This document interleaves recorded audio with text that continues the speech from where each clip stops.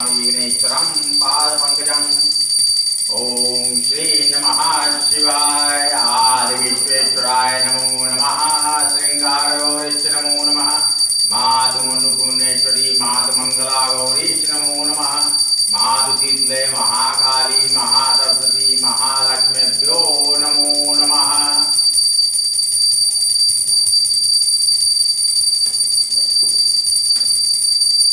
जय ओम नमः शिवाय। श्री रामचरितमानसस्य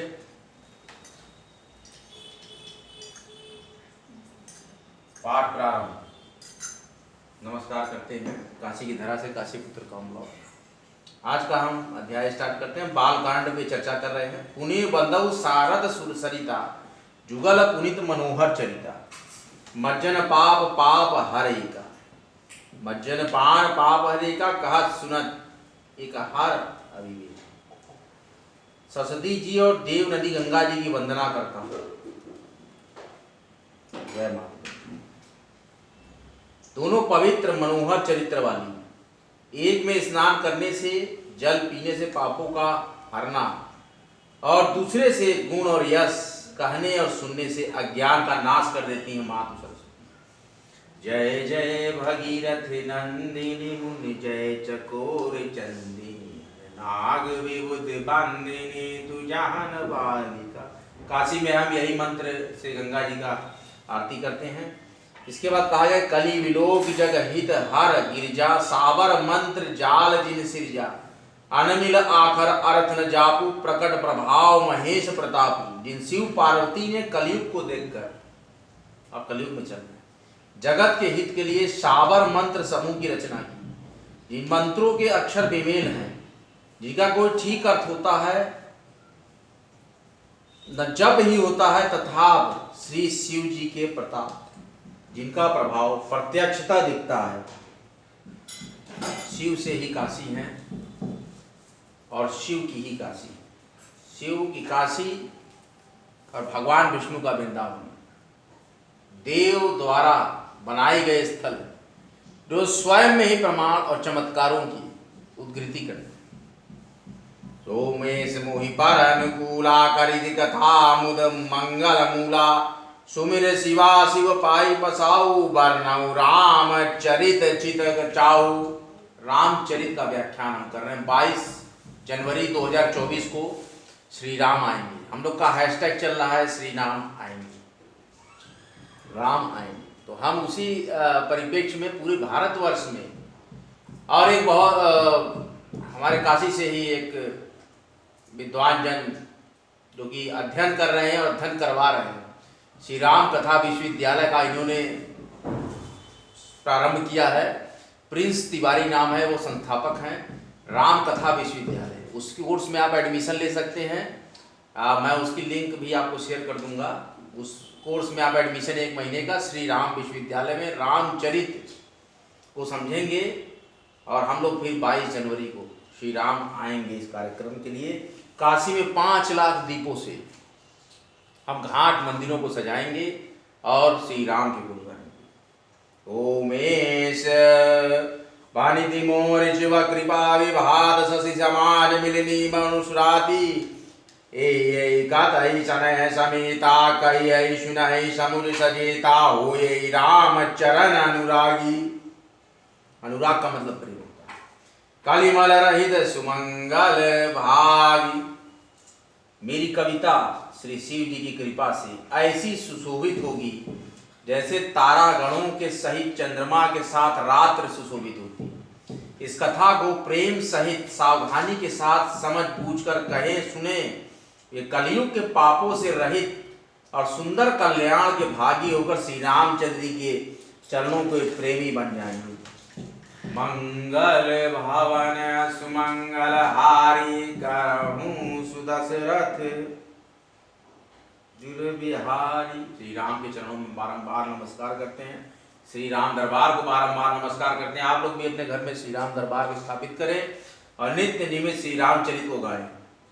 सबने साचे ही मोहि पर जौहर गौरी बसाऊ तो पुर हो जो कहे सब भाषा भानिधि प्रभाव। हम बालकांड के मनोरम चौपाइयों का पाठ करना नित्य नियमित।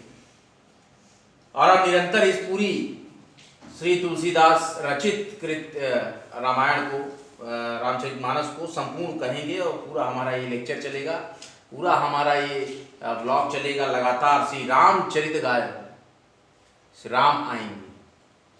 यदि मुझ पर शिव जी और पार्वती जी के स्वप्न में भी सचमुच प्रसन्नता हो तो मैंने इस भाषा कविता का जो प्रभाव कहा है वो सब सच हो। शिव पार्वती, शिव सती और काशी जो स्थल रहा है, काशी प्रेम की नगरी रही है। भगवान शिव ने सती को पुनः प्राप्त करने के लिए कई वर्षों की कठिन तपस्या की और काशी में उनका इंतजार किया है, और फिर पुनः इन्होंने काशी में पार्वती के रूप में सती को प्राप्त किया है। इसलिए काशी प्रेम की नगरी कही जाती है। और कहा जाता है काशी में कि शिव यूं ही नहीं मिलते, शिव को संचित करना होता है, शिव को आत्मार्पित करना होता है। और हम काशी में शिव को अकेले नहीं पूजते, हम काशी में शिव के साथ माता पार्वती और माता गौरा को पूजते हैं। इसीलिए काशी में कहा जाता है नमः पार्वती पते हर हर महादेव। आइए हम अगली चौपाई पर चलते हैं। बंदौ वदपुरी यदि पावनि सर्वि सरी कलि कलुषण शावनि प्रणव पुर नर नारी बहोरी ममता जिन प्रभु न थोरी। मैं अति पवित्र श्री अयोध्यापुरी और कलयुग के पापों का नाश करने वाली श्री सरयू नदी की वंदना करता हूँ।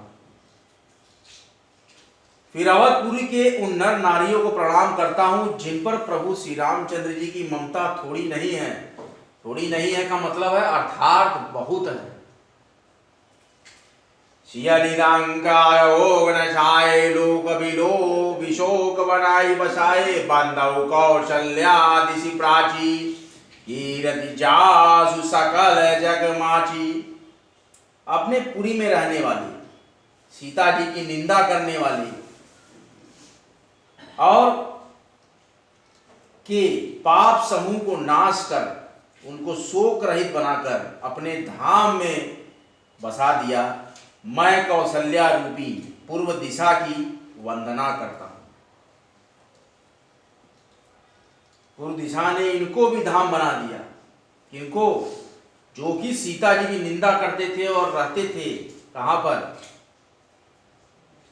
धोबी थे, और अयोध्यावासी उनके समर्थक पूर्व नर नारियां और धोबी जो भी निंदा करते थे सीता जी की, उनके पाप समूह को नाश करके उनको शोक रहित बनाकर अपने लोक में यानी अपने धाम में बसा दिया। मैं कौशल्या रूपी पूर्व दिशा की वंदना करता हूं जिसकी कीर्ति समस्त संसार में फैल रही है। वही है श्री राम। प्रगटे रघुपति सस चारु विश्व सुखद खल कमल तुषारु दशरथ राव सहित सबरान सुकृत सुमंगल मूर्ति मानी करौ प्रणाम करम मनवान करौ कृपा सुत सेवक जानी जिनहि विरचि वैभव विधाता महिमावधि राम पितु माता। जहां से विश्व को सुख देने वाले और दुष्ट रूपी कमलों के लिए पाले के समान श्री रामचंद्र जी रूपी सुंदर चंद्रमा प्रकट हुए, सब रानियों सहित राजा दशरथ जी को पुण्य और सुंदर कल्याण की मूर्ति मानकर मैं वचन, मन और कर्म से प्रणाम करता हूं। अपने पुत्र का सेवक जानकर वे मुझ पर कृपा करें, जिनको रचकर ब्रह्मा जी ने भी बड़ाई पाई, जो श्री राम के माता और पिता होने के कारण महिमा की सीमा है। मतलब कि कौशल्या और दशरथ, तो राम जी के माता और पिता भी महिमा की सीमा के समान माने गए हैं कि ऐसे पुत्र को इन्होंने विष्णु जी के इस अवतार को मानव रूप में जन्म देने का कार्य किया, महान कार्य। उनकी हम वंदना करते हैं बारंबार, उनकी महिमाओं की सीमा है। तो कहा गया एक सोरठा है, अगर हिंदी के छात्र होंगे तो आपको पता होगा कि दोहा, सोरठा और चौपाई प्रथम तृतीय चरण में और द्वितीय और चतुर्थ चरण में अलग अलग मात्राएं होती हैं उनके क्रम पर। ये व्याकरणीय छंद प्रस्तुत होता है जो उक्ति, ये दोहा है, ये सोरठा है, ये चौपाई है। तो सोरठा आता है यहाँ पर, बंदौ अवध ग्वाल सत्य प्रेम जेहि राम पद बिचुरन दीन दयाल प्रिय तनु तृण एव परिहायु। मैं अवध के राजा श्री दशरथ जी की वंदना करता हूँ। जिनका श्री राम जी के चरणों में सच्चा प्रेम था, जिन्होंने दीन दयालु प्रभु के बिछड़ते ही अपने प्यारे शरीर को मामूली तिनके की तरह त्याग दिया।